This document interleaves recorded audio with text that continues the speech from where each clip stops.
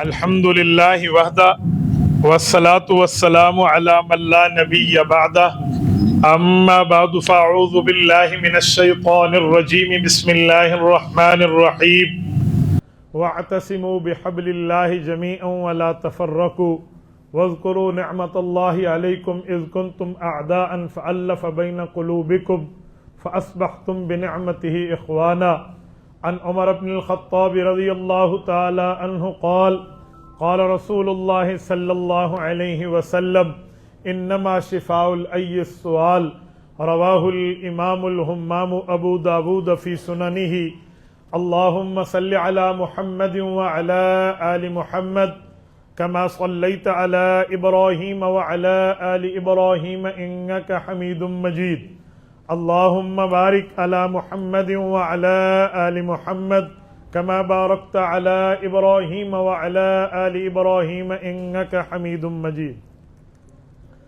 یا الہی آج تو صدیق سا ایمان دے، یا الہی آج تو صدیق سا ایمان دے، آنکھ دے اور اسوہ فاروق کی پہچان دے، کر مبرہ عیب سے اور عفت عثمان دے، کر مبرہ عیب سے اور عفت عثمان دے، فقر دے کرار کا اور حیدری اوسان دے. معزز دوستو، آج کی تاریخ 18 نومبر 2024 بروز پیر ہے، اور میں یہاں جامعہ عثمانیہ گجرانوالہ میں جمعیت علماء اسلام کے ورکر اجلاس سے مخاطب ہوں.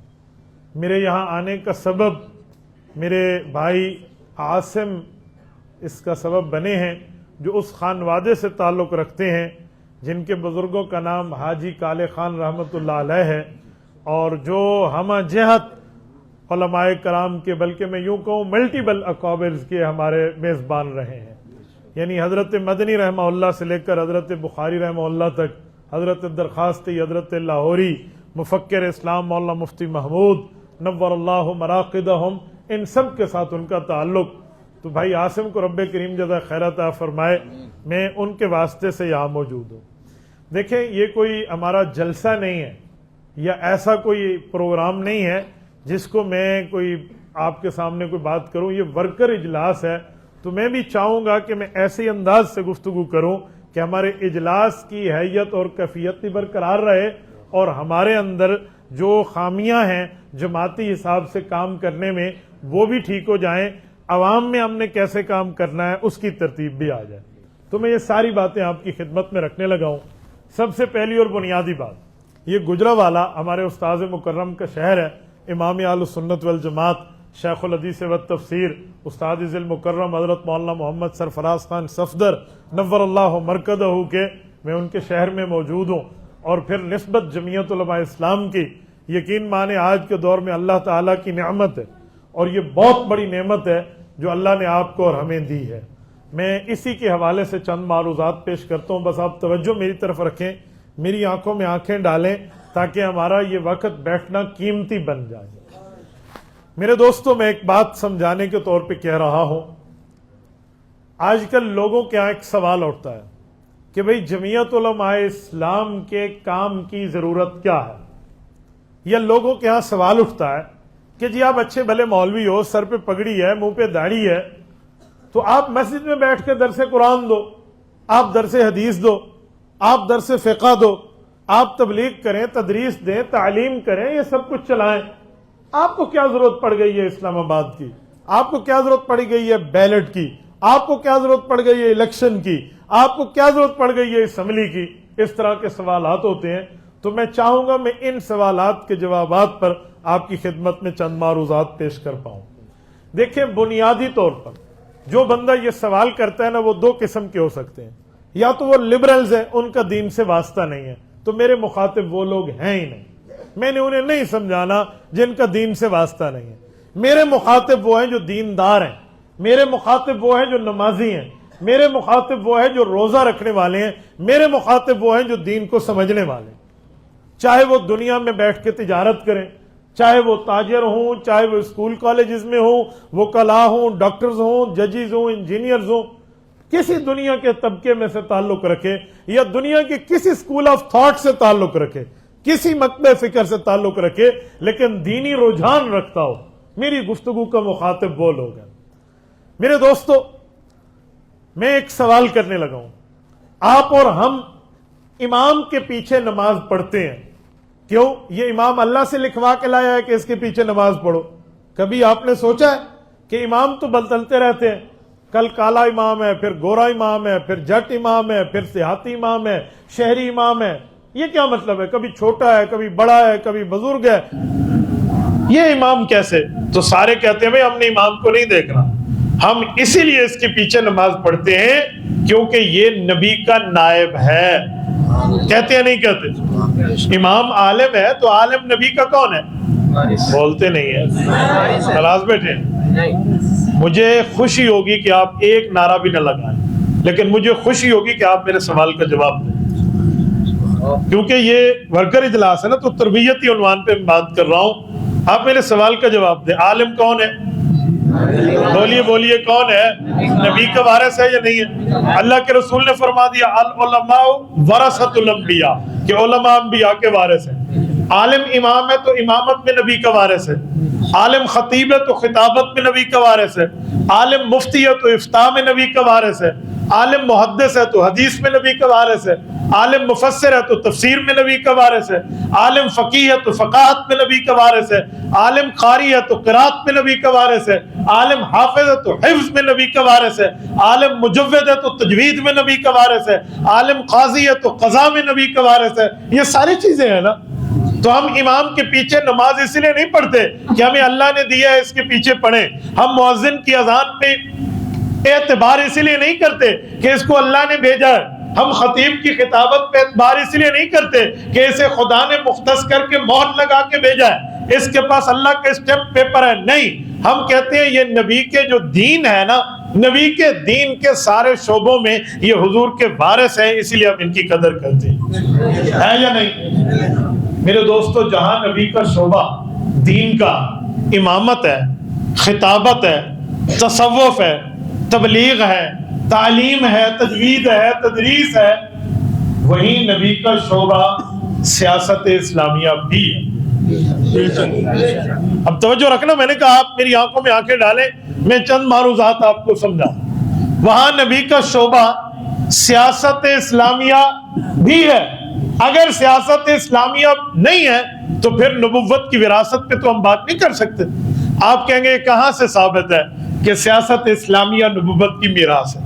میں اسکول میں، کالجز میں، کبھی بور میں، کبھی کسی جگہ گفتگو کرتا ہوں تو دنیا دار لوگ ہم سے ایک سوال کرتے ہیں، مول صاحب پہلی بار ہی سنے ہیں سیاست نبی دی وراثت ہے، کوئی دلیل؟ میں کئی دلائل آپ کے سامنے رکھوں گا، لیکن میں تمہید بتا رہا ہوں۔ تمہید پتہ کسے کہتے ہیں؟ تمہید مہد سے نکلا ہے، مہد کہتے ہیں ماں کی گود کو، تو بچہ ماں کی گود میں اٹھنا بیٹھتا سیکھتا ہے تو اگلی بات سیکھتا ہے نا، تو تمہید کا معنی آپ گفتگو کا پہلا حصہ سمجھیں گے تو اگلی بات سمجھیں گے۔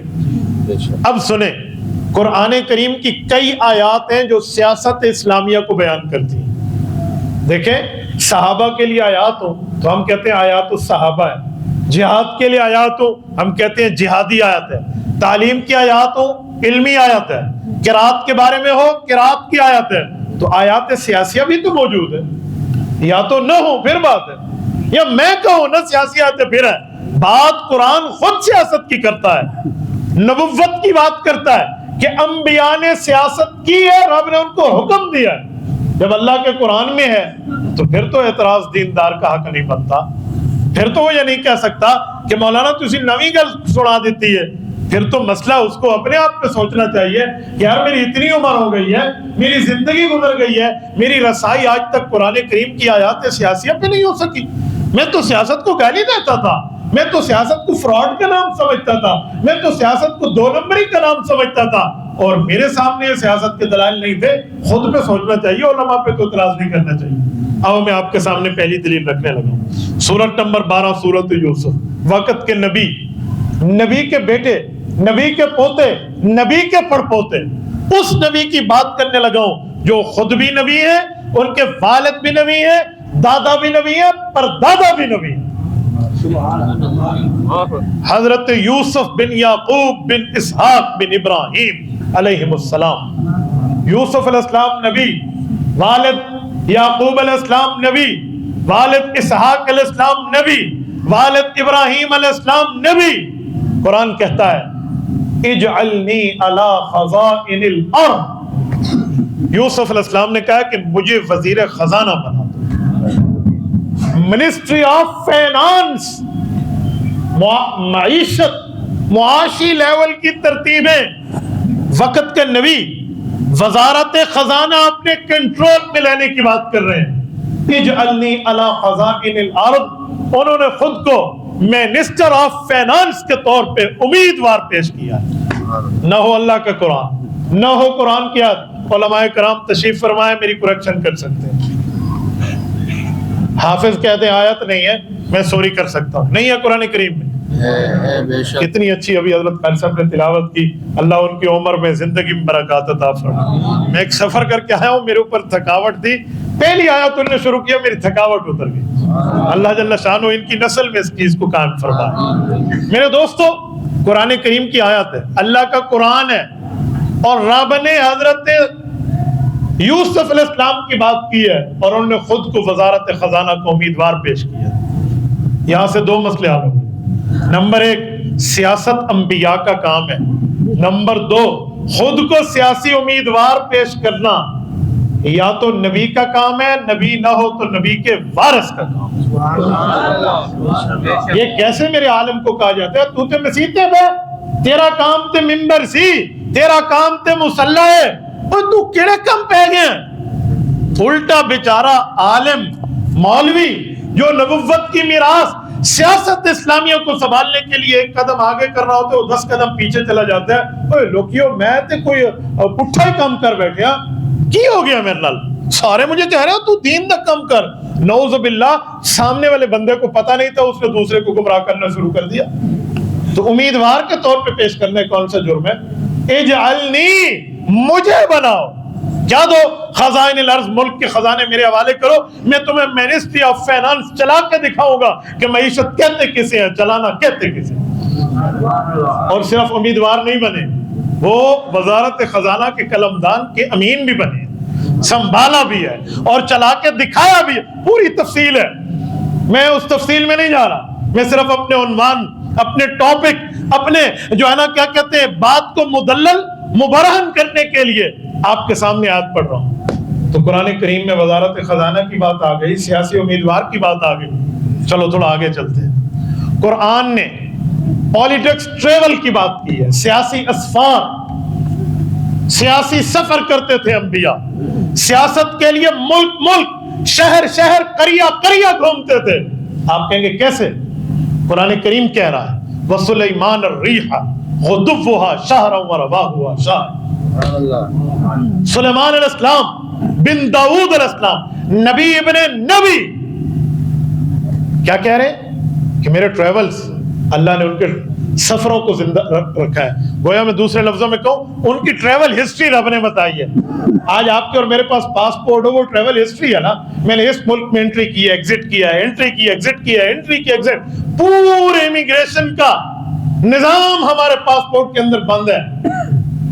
تو رب کریم نے وقت کے نبی اور ان کے رعایا کے لیے سفر، امت کے لیے سفر، اور اپنی بادشاہت کی تقویت کے لیے سفروں کو بیان کیا ہے۔ فرمایا وَسُلَيْمَانَ الرِّيحَ غُدُوُّهَا شَهْرًا وَرَوَاحُهَا شَهْرًا۔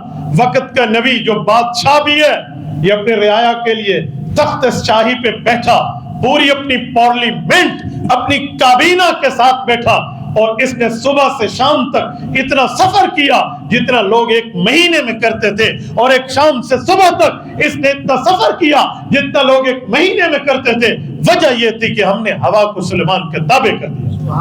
یہ بات اللہ کے قرآن کی نہ ہو، آپ کا جوتا میرا سر، آپ اٹھائیے، کوئی سزا دیجیے۔ جب بات رب کے قرآن کی ہے، فرمان اللہ کا ہے، جس آیت پہ، جس قرآن پہ زبر زیر کا شک کرنے والا بے ایمان ہو جاتا ہے، اس قرآن کریم کی یہ بات ہے، تو کیوں میرے عالم کو تانا دیا جاتا ہے اجی تو مولوی کیڑے کم پہ گیا ہے؟ پہلے تو درس قرآن دیندا سی، درس حدیث، لوگوں نو مسئلے سناندا سی، سانو دین سمجھ آ رہا، واہ تو نے اسلام آباد کا کام شروع کر دیا، اسلام چھوڑ دیا، اور مولوی حضرات سیاست پہ گئے۔ پھر میرے عالم کو یہ تانا کیوں ہے جب اللہ کا قرآن پالیٹکس ٹریولز کی بات کر رہا ہے اور پوری ٹریول ہسٹری بتا رہا ہے اور تیز ترین سفر بتا رہا ہے. علماء کو میں صرف عنوان کھولنے کے لیے بتا رہا ہوں ورنہ پوری ترتیب بتا سکتے ہیں. وہ تخت اترا ہے, وہ چوکی نے کیا کہا ہے, وہ فلاں ہے, وہ فلاں ہے. یہ صرف رعایا میں عوام تک بات نہیں تھی, حشرات الارض تک کی بات تھی. ہم جنگلی حیات کو یہاں سے ثابت کر سکتے ہیں, کئی عناوین اس پہ کھل سکتے ہیں. اچھا آگے آئیے, میں تیسری آیت سیاسی پڑھنے لگا ہوں. قرآن کریم ایک نبی بادشاہ کی بات کر رہا ہے. فرمایا یا داؤد انا جعلناک خلیفۃ فی الارض.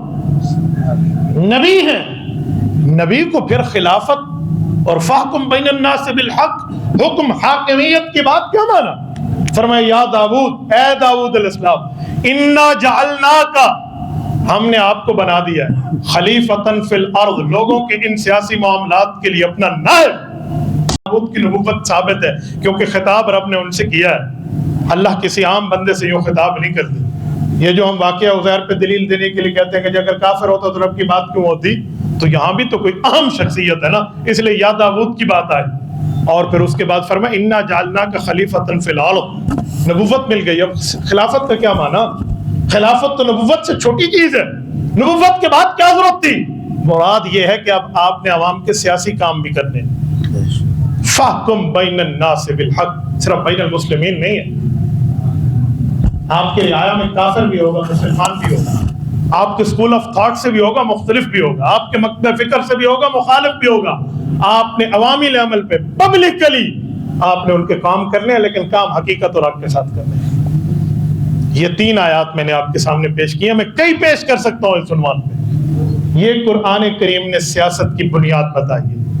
جب قرآن کریم سیاست کی بات کر رہا ہو اور آیات میں ہو, انبیاء کا کام ہو, پھر ذرا آتے ہیں رسول اللہ صلی اللہ علیہ وسلم کے دروازے پہ, کیونکہ میرے پاک نبی کی ڈیوٹی یہ ہے, ذمہ داری یہ ہے کہ جو قرآن میں لکھے اس کی تشریح حضور اپنے فرمان سے کریں.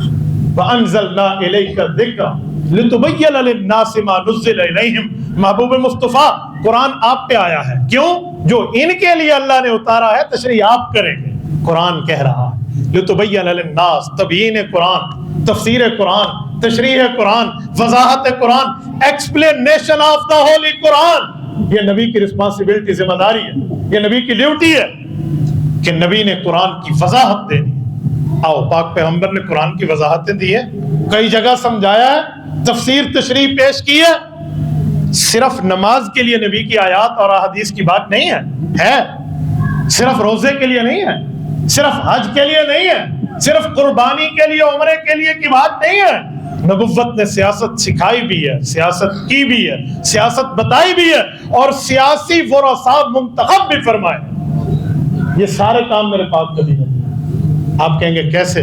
میں آپ کے سامنے ایک بات پیش کرتا ہوں. میرے پاک نبی نے اس کی تشریح فرمائی. صحیح بخاری جلد اول کتاب الانبیاء, باب حدثوا عن ذکر بنی اسرائیل ولا حرج, مین چپٹر ہیڈنگ بھی بتا. راوی عبد الرحمن بن صخر الدوسی, ابو ہریرہ رضی اللہ تعالی عنہ. حضرت ابو ہریرہ بہت بڑا نام ہے, حضرت ابو ہریرہ بہت بڑا نام ہے. ابہا سٹی کے رہائشی ہیں. ابہا آپ جائیں آپ کو مری کی ٹھنڈک بھول جائے. یہ سعودیہ کا وہ ایریا ہے. یہ ارشاد فرماتے ہیں کہ میرے پاک نبی نے سیاسی حدیث کیسے بیان فرمائی. حضور علیہ الصلوۃ والسلام نے ایک تفصیلی بات ہے, میں اس سے ایک ٹکڑا پڑھنے لگا. ٹکڑا پڑھنا بھی جائز ہے, تقدیر روایت امام بخاری کے ہاں ہے. فرمایا کانت بنو اسرائیل تسوسهم الانبیاء کلما ہلک نبی خلفہ نبی وانه لا نبی بعدی فسیکون بعدی خلفاء فیکثرون او کما قال. فرمائے لوگوں, نبی بنی اسرائیل کے جو آتے تھے وہ انبیاء بھی ہوتے اور اسلامی سیاست دان بھی ہوتے. تسوسهم الانبیاء, انبیاء بنی اسرائیل کی سیاست کی ابتدا کی بات فرمائی. نبی بھی ہوتے, اسلامی سیاست دان بھی ہوتے. فرمایا جی ہاں. تو صحابہ نے سوالیہ نظروں سے چہرہ مصطفیٰ کے شربت دیدار کو پیتے ہوئے آنکھوں سے سوال کیا, پھر کیا ہوتا؟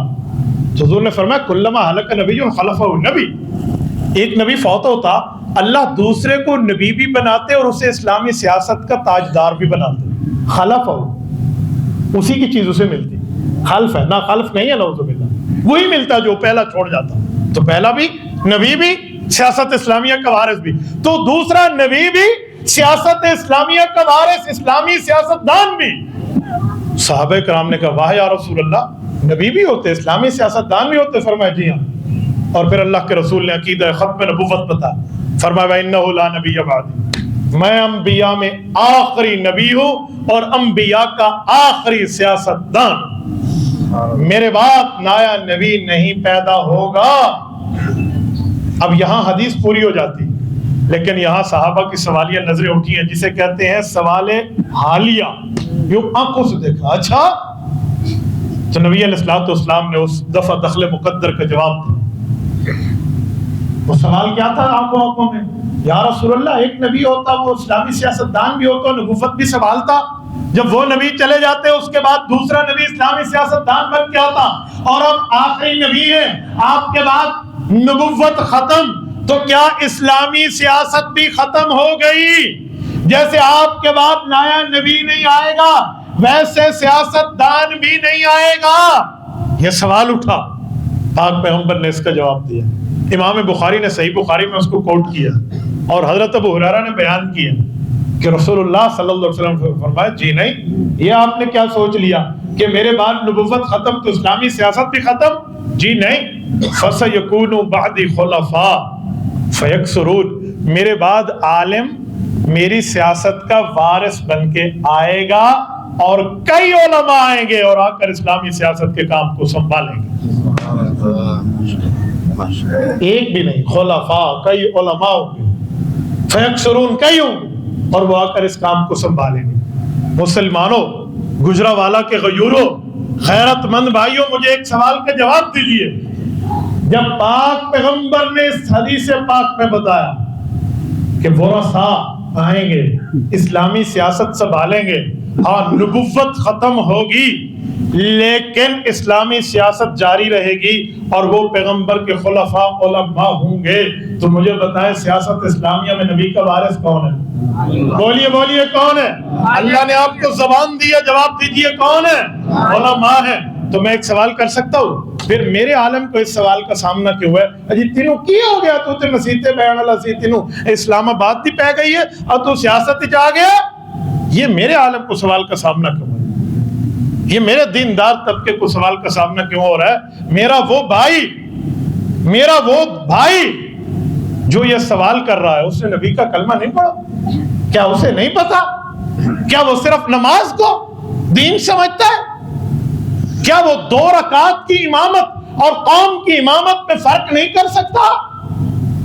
اگر 2 رکعت نماز پڑھانے کے لیے مصلی پہ نبی کا وارث آئے گا تو قوم کی امامت کے لیے نبی کا وارث نہیں چاہیے؟ یہ کیسی بات ہے؟ یہ کس طرح کا استدلال ہے؟ یہ کیسا اصول پسندی کا معاملہ ہے کہ بھائی 2 رکعت کے لیے تمہیں نبی کا وارث مانگتا ہوں، میری نیڈ، میری ڈیمانڈ نبی کا وارث ہے، اس مصلی پہ میں غیر وارث کو نہیں آنے دوں گا. اس کے لیے لڑنا پڑا لڑوں گا، اس کے لیے دھگا مشتی کرنی پڑی کروں گا. نہیں، مصلی نبی کا ہے، یہاں نبوت کی وراثت چلے گی. میرے بھائی صرف 2 رکعت تک پیغمبر کی وراثت ہے، قوم کی امامت پیغمبر کی وراثت نہیں ہے. یہ کیا ہم نے لوگوں کو ذہن دے دی؟ بڑا بڑا طبقہ میں بیٹھ کے بات کر رہا ہوتا ہے بعض اوقات. اچھا مولانا، واقعی سیاسی آیات قرآن میں اور سیاسی حدیث بھی، اس میں جہاں اور کمیاں ہیں، عوام کی کمی اپنی ہے. میں اب ورکر اجلاس میں بیٹھا ہوں نا، اپنوں میں اپنوں کا گلہ جائز ہے، میں کوئی بےزتی کرنے کے لیے نہیں کہہ رہا. میرے علماء بھائیوں، وہاں کمی آپ کی بھی ہے، آپ ناراض نہ ہو، نیور مائنڈ. جو بات کھلی ہے وہ کہنی چاہیے. اس میں کمی علماء طبقے کی ہے. میرے عالم نے روزے کے فضائل بتائے ہیں، مسائل بتائے ہیں، دلائل بتائے ہیں، عوام نے روزے کو دین سمجھا اور روزہ رکھتے ہیں. میرے عالم نے نماز کے مسائل بتائے ہیں، فضائل، مسائل، دلائل بتائے ہیں، لوگ سمجھتے ہیں نماز دین کی چیز ہے. میرے علماء نے وہاں سیاست اسلامیہ کو بطور دین بیان نہیں کیا. عوام کی قصور میں بعد میں کہوں گا، اب تک چلو دین نہیں پہنچا. ممبر نہیں بولا، ممبر خاموش رہا. آج جب منبر خاموش رہے گا پھر یہ انگلیاں اٹھے گی، پھر یہ سوالات کھڑے ہوں گے۔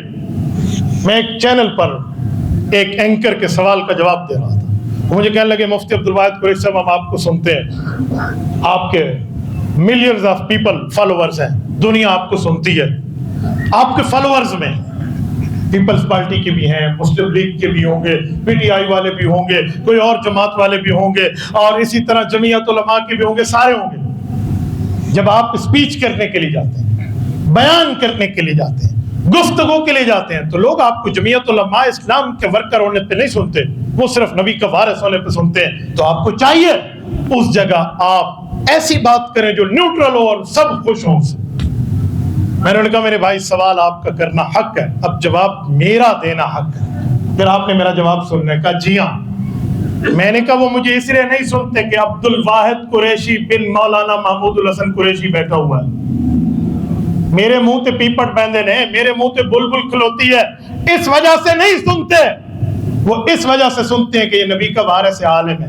کہتے ہیں انڈرسٹوڈ، یہ بات تو طے ہے کہ وہ نبوت کی وراثت پہ سنتے ہیں۔ میں نے کہا پھر میں یہ بددیانتی کروں کہ انہیں وراثت نبوت کی آدھی بتاؤں آدھی چھپا دوں؟ یار میرا پیپلز پارٹی کا فالوور ہے، نون لیگ کا فالوورز ہے، پی ٹی آئی میں بیٹھنے والا مجھے سنتا ہے، لیکن میں اس وجہ سے حق چھپا جاؤں کہ اس کا سیاسی اسکول آف تھاٹ متاثر ہوگا، یہ میری فین فالوئنگ کم کر دے گا، اور یہ کل مجھے نہیں سنے گا، ہمارے پیج ہمارے چینل کو لائک سے ان لائک کر دے گا، فالو سے ان فالو کر دے گا، اور یہ ہائڈ پوسٹ کر دے گا۔ اس لیے میں نبوت کی وراثت آدھی سناؤں تو پھر مجھ سے بڑا منافق کوئی نہیں۔ میں نے کہا میں بتاؤں گا میرے پیپلز پارٹی کے بھائی، میرے نون لیگ کے بھائی، میرے پی ٹی آئی سے تعلق رکھنے والے اسلامی بھائی، نبوت کی وراثت سیاست ہے، اور سیاست کا وارث عالم دین ہے۔ وہ بندہ مجھے کہنے لگا مولانا پھر میرا ایک سوال ہے۔ میں نے کہا جی بولیے۔ اس کا یہ مطلب ہے کہ باقی ساری سیاسی جماعتیں ختم، ایک جمعیت علماء کام کرے، آپ سولو فلائٹ لینا چاہتے ہیں، اکیلا کام کرنا چاہتے ہیں، باقیوں کو نہیں آنے دیتے؟ میں نے کہا سوال آپ کا، جواب میرا، اب آپ میرا جواب سنیں گے۔ میں نے کب کہا کہ باقی جماعتیں نہیں ہونی چاہیے؟ میں نے اتنا کہا کہ سیاست نبوت کی وراثت ہے۔ اب رہا یہ سوال کہ باقی سیاست کریں گے تو کب؟ وہ تب کریں گے جب علماء کی زیر نگرانی کریں گے۔ یہ بات ذہن میں رکھنا، مصلح پہ عالم ہوتا ہے، مقتدیوں میں تو داڑھی منڈا بھی چل جاتا ہے۔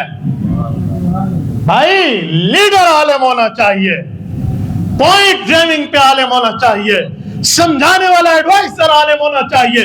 علماء کی زیر نگرانی کوئی سیاست کرتا ہے مجھے انکار نہیں۔ وجوہ ترجیح اپنے اپنے ہوں گے، میں کسے سلیکٹ کرتا ہوں کسے نہیں کرتا ہوں، وہ میرا جو ہے نا کیا کہتے ہیں کام ہے، لیکن سیاست کرنی ہے تو علماء سے پوچھ کے کرنی ہے۔ میرے دوستوں میں یہی بات آپ کو سمجھانے لگا ہوں۔ آج میں گونگا شیطان نہیں بننا چاہتا، آج دنیا میں سنتی ہے تو پھر اس فیلڈ کو بھی ہم بیان کریں گے جو دین میں کمزور ہو۔ کچھ دنوں پہلے میں آج یہاں جامعہ عثمانیہ گجرانوالہ بیٹھا ہوں، جامعہ عثمانیہ خان گڑھ ضلع مظفر گڑھ میں بات کر رہا تھا، یہ 31 اکتوبر کی بات ہے۔ میں نے وہاں جملہ کہا، کانفرنس کا نام تھا اسوہ رسول اکرم صلی اللہ علیہ وسلم کانفرنس۔ میں نے وہاں کہا میرے بھائیو، لقد کان لکم فی رسول اللہ اسوۃ حسنہ، سورۃ نمبر 33 سورۃ احزاب آیت نمبر 21 سناتے ہو کہ تمہارے لیے بہترین نمونہ پیغمبر کی زندگی ہے، اور نبی کی زندگی تمہارے لیے اسوہ حسنہ ہے۔ جی ہاں، میں نے کہا نبی کے اسوہ حسنہ صرف جماعت سے نماز پڑھانا نہیں ہے، صرف روزہ رکھنا نہیں ہے، صرف حج زکوٰۃ کی بات کرنا نہیں ہے، اسلامی سیاست بیان کرنا بھی نبوت کا اسوہ حسنہ ہے۔ میں نے 1.5 گھنٹہ اس پر بات کی ہے، کھل کے وہاں بات یہ کی ہے۔ میں نے کہا بھائیو یہ بات ہے کرنی چاہیے۔ مجھے کئی علماء ملے بعد میں جنہوں نے کہا جی اسوہ رسول کانفرنس جیسے ٹاپک پر پہلی دفعہ اس اسوہ کو فٹ ہوتے اپنے دیکھا، تو اس میں کمی ہماری ہوگی نا۔ ممبر نہیں بولا، اسپیکر نہیں بولا۔ میں ایک بات سناتا ہوں، یہ ممبر ہے، اس ممبر کو ہم نبوت کی میراث کہتے ہیں، اور ممبر کا یقیناً نبوت کی میراث ہے۔ 2000 غالباً یہ 8واں الیکشن کی بات ہوگی، قائد ملت اسلامی حضرت مولانا فضل الرحمان دامت برکاتہ العالیہ، ہماری خوش قسمتی میں حضرت کے حلقے کا ہوں۔ میں یہ کہوں نا کہ وہ ہمارے حلقے کے، شاید یہ بات ججے نہیں، میں حضرت کے حلقے کا ہوں۔ ہماری خوشی ہمارا مولانا مفتی محمود رحمہ اللہ کے حلقے سے ہے. میں نے ممبر پہ بیٹھ کے حضرت مولانا فضل الرحمان دامت برکاتہم کے لیے الیکشن کے زمانے میں ووٹ مانگے اور میں نے دلائل دیے کہ نبوت کی میراث ہے اور اس وقت سنبھالا علماء میں اس نے ہے جس پر لاکھوں علماء کا اعتبار ہے. اور میں نے وہاں دلیل دیتے ہوئے کہا، میں نے کہا کراچی کے ساحل سے لے کر چترال کی فلک بہت چوٹی تک کوئی ایک شیخ الحدیث آپ کو نہیں ملے گا جو مولانا فضل الرحمان کا مخالف ہے. شیخ الحدیث اسے کہتے ہیں جو عالم کو آخری سال میں عالم بنا دیتے ہیں پڑھا کے. ایک خانقاہ کا پیر طریقت آپ کو نہیں ملے گا جو اللہ اللہ کراتا ہو اور پیر طریقت اور وہ جمعیت علماء کو گالیاں دیتا ہو. میں نے کہا ایک مفتی آپ کو نہیں ملے گا جس کا فتویٰ 4 بندے مانتے ہو وہ مفت کا فتویٰ مفتی نہ ہو، وہ افتاء کا مفتی ہو اور وہ مفتی مولانا کو گالیاں دیتا ہو. اس لیے آپ کی خوش قسمتی آپ انہیں ووٹ پول کریں. یہ میں نے ممبر پہ کہا. ایک ایس پی صاحب کھڑے ہو گئے، مقتدی ہیں. آج کوئی ایک عام آفیسر کھڑا ہو جائے تو خطبہ ڈر جاتے ہیں. میں آپ کو سمجھانے کے لیے کہہ رہا ہوں، آنے یار کہہ رہا ہوں، دنیا میں بات جاری. انہوں نے کہا مفتی صاحب ممبر کو سیاست کے لیے استعمال نہ کریں. یہ ان کا لفظ تھا. میں سمجھتا ہوں ان کے دل میں دین کا درد ہے، ان کے دل میں دین کا علم نہیں تھا ورنہ وہ سوال نہ کرتے. ان کے دل میں دین کا درد تھا. وہ سمجھتے تھے سیاست 2 نمبری چیز ہے، سیاست کرپشن کا دوسرا نام ہے، سیاست غلط چیز ہے. اس لیے ممبر جیسے پاک مقام پہ سیاست کو بیان نہیں کرنا چاہیے. ان کا مائنڈ سیٹ تھا. میں نے سمجھا کہ ان کے دل میں دین کا درد ہے، دین کا علم نہیں ہے، منافق بندہ نہیں ہے، کوئی خام خواہ سے اعتراض نہیں کر رہا، یہ ایک درد دل پیش کر رہا ہے. تو میں نے کہا ایس پی صاحب ایک بات آپ سے پوچھتا ہوں. جب یہ میں نے سارے دلائل دیے کہ اسلامی سیاست نبوت کی میراث ہے، آپ کو ان آیات اور اتفاق احادیث سے اتفاق ہے؟ انہوں نے کہا جی بالکل ہے. تو میں نے کہا پھر مجھے بتائیں، نبی کی وراثت ممبر پہ بیان نہیں کروں گا تو سینما میں بیان کروں گا، غلہ منڈی میں جا کے بات کروں. اگرچہ وہاں بھی نبوت کی بات ہے، نبوت بازاروں میں گئے ہیں گفتگو کے لیے. یمشی فی الاسواق کا اعتراض نہیں ہے قرآن میں حضور پر کافروں کی طرف سے. وہ یمشی فی الاسواق تو یہی تھا نا، تو وہاں بھی ہے، لیکن میں نے کہا اصل جگہ تو ممبر ہے. پھر میں نے انہیں دلائل سے سمجھا، وہ بیٹھ گئے اور الحمدللہ اتفاق کیا. کوئی لڑائی نہیں تھی، کوئی بغض نہیں تھا، سوال سمجھنے کی بنیاد پہ کیا تھا. تو پھر میں نے انہیں ایک مثال دی. میں نے کہا آپ مجھے کہہ رہے ہیں کہ آپ ممبر پہ بیان نہ کریں، اس کی مثال تو ایسی ہے. کل کوئی کہے مولانا ہم نے دیکھا ہے ریل موٹر وے پہ چل رہی تھی، تو پھر تو عجوبہ بنتا ہے. لیکن کوئی کہ ریل کی پٹڑی پہ چل رہی تھی تو کہیں گے بالکل ٹھیک ہے، ریل تو ریل کی پٹڑی پہ چلتی ہے، موٹر وے پہ تھوڑی چلتی ہے. تو بھائیو، نبوت کی میراث ممبر پہ بیان ہوتی ہے. کسی اور جگہ کی آپ میرے اوپر اعتراض کر سکتے ہیں، یہاں نہیں کر سکتے. یہ تو ہے اس کے لیے، یہ تو بنا اس کے لیے. پھر اس کے بعد ہمارے اوپر تباہی گورنمنٹ مسلط ہوئی اور پرویز خٹک ہمارے وزیر اعلیٰ بنے. پتہ نہیں ہمارے صوبے کی انفارچونیٹ، میں اب کیا کہوں، مسجد میں بیٹھا ہوں، کہنے کو تو میرے پاس بہت کچھ ہے. اور انہوں نے اگلے دن بیان دیا، خبردار کوئی مولوی ممبر پہ سیاست کی بات کرے. الحمدللہ اس وقت یہ آپ کے خادم جمعیت علماء اسلام کے لوگ ٹھہرے تھے. ہم نے کہا تم ہمیں سناؤ گے کہ دین کہاں بیان ہوتا ہے، آپ ہمیں بتاؤ گے. ہم نے الحمد کی الف سے ودناس کی سین تک سبق لینا ہے، اللہ کے قرآن سے لینا ہے، نبی کے فرمان سے لینا ہے، پیغمبر کے صحابہ سے لینا ہے، نبی کی اہل بیت سے لینا ہے، اولیاء قیاس فیہ فقہا سے لینا ہے. ہم نے آپ جیسے کم ماشت کے لوگوں سے دین نہیں سیکھنا. ہم نے دین بیان کرنا ہے. ضرورت آئے گی ممبر پہ تو کھل کے کریں گے. کسی مائی کے لال میں جرت ہو تو ہم سے بات کر سکتے. وہ دن اور یہ دن الحمدللہ کئی ممبروں پہ سیاست اسلامیہ کی بات ہوتی ہے. کوئی بندہ اگر مجھے یہ کہے کہ سیاست میں 2 نمبری ہے، میں ماننے کے لیے تیار ہوں. سیاست میں کئی سیاستدان 2 نمبریاں کرتے ہیں، مجھے اس پر کوئی اعتراض نہیں ہے. نو ڈاؤٹ آن دس میٹر، مجھے اس پر کوئی شبہ نہیں ہے. لیکن کسی جگہ اگر 2 نمبری ہو رہی ہو تو اس کا کیا معنی؟ اصل مسئلہ ختم کر دیں. مجھے ایک بات بتائیں، مسجدوں میں چوریاں ہوتی ہیں، کئی چور آتے ہیں یا نہیں آتے مسجد میں؟ آپ کیمراز سی سی ٹی فوٹیج کے ذریعے دیکھتے ہیں، چور آیا فلاں ہوا، تو پھر مسجد کو بند کر دینا چاہیے. یا کوئی اختلاف ہو جائے، چلو ایک منٹ سمجھانے کے لیے کہتا ہوں. ہمارے یہاں کچھ لوگ کہتے ہیں اذان اس لفظ سے شروع کریں، کچھ کہتے ہیں اس سے کریں، ہے یا نہیں ہے؟ تو اس کا کیا معنی؟ اذان کو چھوڑ دینا چاہیے. کچھ کہتے ہیں نماز یوں پڑھے، کچھ کہتے ہیں یوں پڑھے، اس کا کیا معنی؟ نماز کو چھوڑ دینا چاہیے. بھائی اختلاف کا بیٹھ کے دلائل سے حل کر لو، اصل مسئلے کو تو نہ چھوڑو. اور سیاست میں 2 نمبریاں ہوں گی، یقیناً ہوں گی، لیکن اس سے پیغمبر کی میراث میں تو فرق نہیں آتا. اس پہ نبوت کی ترتیب پہ تو فرق نہیں آتا، اس پہ نبی کے دین پہ تو فرق نہیں آتا، نبی کے درس پہ فرق نہیں آتا. یہ بھی نبوت کے دین کی ترتیب ہے.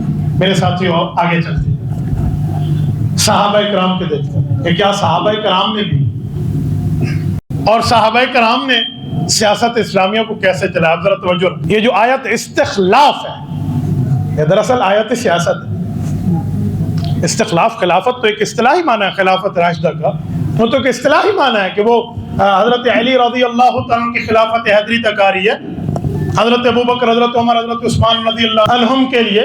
لیکن جو قرآن کریم نے آیت دی ہے وعد اللہ الذین آمنوا کی بات کر کے لَيَسْتَخْلِفَنَّهُمْ فِي الْأَرْضِ، فرمایا رب انہیں زمین میں حکومت دے گا. بغیر سیاست اسلامیہ کی حکومت کیسے ہے؟ بغیر سیاست اسلامیہ کی خلافت کیسے ہے؟ خلافت، خلیفہ بغیر سیاست اسلامیہ کے کیسے؟ لَيَسْتَخْلِفَنَّهُمْ فِي الْأَرْضِ. اگلا لفظ فرمایا کوئی خلافت نئی چیز بھی نہیں ہے لوگوں. كَمَا اسْتَخْلَفَ الَّذِينَ مِن قَبْلِهِمْ، اللہ نے یہ سیاست کی باتیں تو پہلے لوگوں کو بھی دی ہیں. من قبلہم، اور پھر فرمایا وَلَيُمَكِّنَنَّ لَهُمْ دِينَهُمْ، اس خلافت اسلامیہ کے ذریعے رب کو فضل آئے گا اور دین مضبوط ہوگا. وَلَيُمَكِّنَنَّ لَهُمْ دِينَهُمُ الَّذِي ارْتَضَىٰ لَهُمْ وَلَيُبَدِّلَنَّهُم مِّن بَعْدِ خَوْفِهِمْ أَمْنًا. اور رب کریم اس سیاست اسلامیہ کی برکت سے خوف والی عوام کو امن کی حالت میں لائیں گے. پیسفل معاشرہ ملے گا اور پیسفل گورنمنٹ. یہ اللہ کا قرآن کہہ رہا، اور سنبھالنے والے حضرت ابو بکر ہیں، حضرت عمر ہیں، حضرت عثمان ہیں، سیدنا علی ہیں رضی اللہ عنہ. انہیں سنبھالا ہے اور سنبھال کے دکھایا ہے. مجھے بتائیے اگر سیاست اسلامیہ نبوت کی میراث نہیں تھی، اللہ کا قرآن نہیں تھا، نبی کا فرمان نہیں تھا، تو پھر صحابہ کرام نے کیوں سنبھالا؟ میرے دوستو، اور پھر رسول اللہ کے صحابہ نے تمکین کے لیے فرمایا وَلَيُمَكِّنَنَّ لَهُمْ دِينَهُمُ الَّذِي ارْتَضَىٰ لَهُمْ. تمکین ہوگی، دین کی مضبوطی ہوگی، اور وہ دین کے لیے چلے ہیں، پھرے ہیں، گئے ہیں، دوڑے ہیں، ایک ایک جگہ کہاں کہاں تک گئے ہیں. میں اس کے لیے میرا ٹاپک نہیں ہے، ورنہ میں اس پر کئی دلائل دے سکتا ہوں. اور چھوڑیے باقی ملکوں کی بات تو بعد میں، آپ کے ملک کے پاکستان میں بھی صحابہ کرام کی قبور مطہرہ، تابعین کی قبور مطہرہ موجود ہے. باب الاسلام صوبہ سندھ سکھر چلے جاؤ آپ کے پاس موجود ہے، پنجگور چلے جائیں موجود ہے. حضرت سنان ابن سلمہ رضی اللہ عنہ قبر مبارک پشاور چلے جائیے، علامہ بلازری کو اٹھا لیجئے. یہ وزیرستان سے گزر کے صحابی گئے ہیں. کہاں جائے گی بات ہے؟ کہاں کہاں تک رسول اللہ کے صحابہ نہیں پہنچے. یہ ملتان تک محمد بن قاسم آئے ہیں. کون ہے محمد بن قاسم؟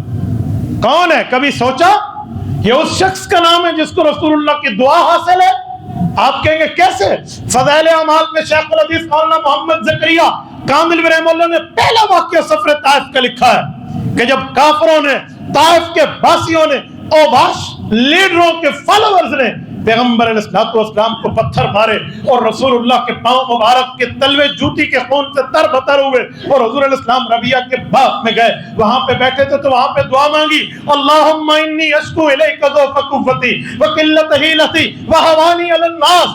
پیغمبر کی اس دعا پہ طلب کیا، آسمان سے ملک الجبال اترا جبرائیل امین کے ساتھ، اور کڑاکے کی آواز آئی. حضور نے پوچھا جبرائیل یہ کون آیا؟ فرمایا ملک الجبال آیا جس کے ذمہ پہاڑوں کو سنبھالنے کی ڈیوٹی ہے. جبرائیل کیوں آیا؟ کہا اللہ نے آپ کے رونے کی بنیاد پہ رب کی رحمت کو جوش آیا، اس فرشتے کو بھیجا کہ یہ ان دو پہاڑوں کو ما بین لابت الطائف، اس طائف کے درمیان میں رہنے والے ظالموں کو، ان پہاڑوں کو یوں ملا کے کرش کر کے رکھ دے.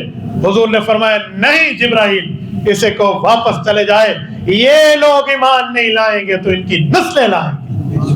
طائف کی پہلی نسل محمد بن قاسم ہے، محمد بن قاسم الثقفی طائف کی اس نسل کا فرزند اور جمند ہے، طائف کی اس نسل کا شہزادہ ہے، وہ پرنس ہے جس کو نبوت کی براہ راست دعا ملی ہے. اور وہ دیول پرانا نام کراچی کا، اس کراچی میں راجہ دہر کے ساتھ مقابلے کے لیے بہن کی عزت اور آبرو کی حفاظت کے لیے آیا ہے، اور ملتان تک آ کے اس نے اپنے فتح کے جھنڈے گاڑے ہیں.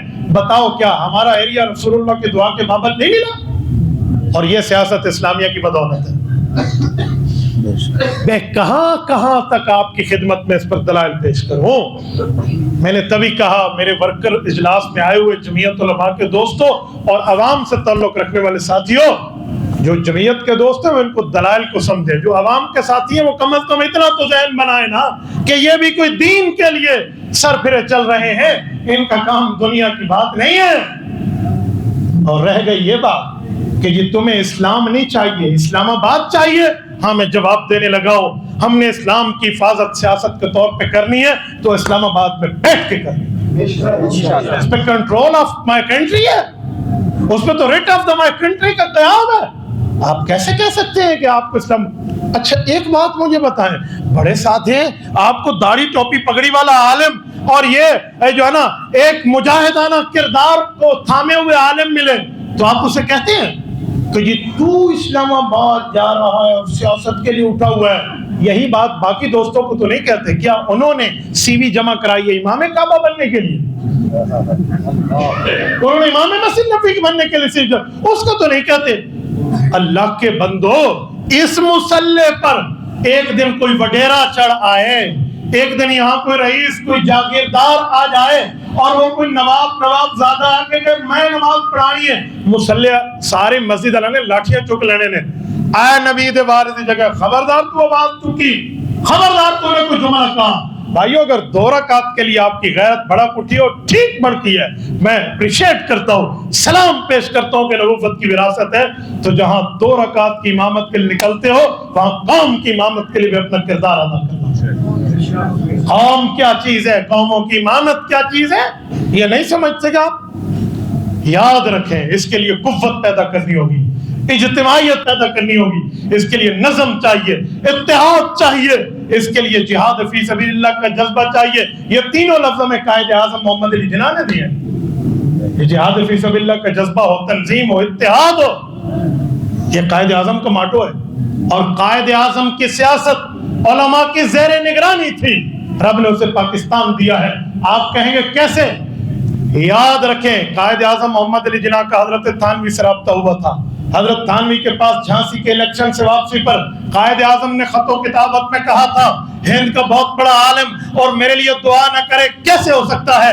حضرت تھانوی نے فرمایا تھا دعا کروں گا 3 شرطوں کے ساتھ. آپ کا سر ننگا ہے، آپ کے ہاتھ میں مسنون لاٹھی نہیں ہے، آپ 3 پیس پہنتے ہیں، ان تینوں کو تبدیل کر لو. اشرف علی اپنی خانقاہ کی دعائیں تیرے کام کے لیے وقف کر دے گا. اس نے کہا طے ہو گیا، 3 پیس کی جگہ شیروانی پہنوں گا اور میں اپنے سر پر ٹوپی رکھوں گا، ہاتھ میں عصا رکھوں گا مسنون طریقے پر. شرط ہے ٹوپی بھی آپ دیں گے، عصا بھی آپ دیں گے. یہ تھانوی کیپ تھی جو قائد اعظم کیپ بنی، حضرت تھانوی نے دی اور اس کے بعد عصا بھی ہاتھ میں دیا. اور قائد اعظم نے شیروانی کو اتنا پسند کیا کہ آج پاکستان کو قومی لباس قرار دیا. ہم نے ملک پاکستان علماء نے بنایا ہے تو بچانا بھی جانتے ہیں. اور قائد اعظم محمد علی جناح، اس وقت 2 پاکستان تھے نا، ایسٹ اینڈ ویسٹ، مشرقی اور مغربی. مشرقی پاکستان بھی اور مغربی پاکستان بھی.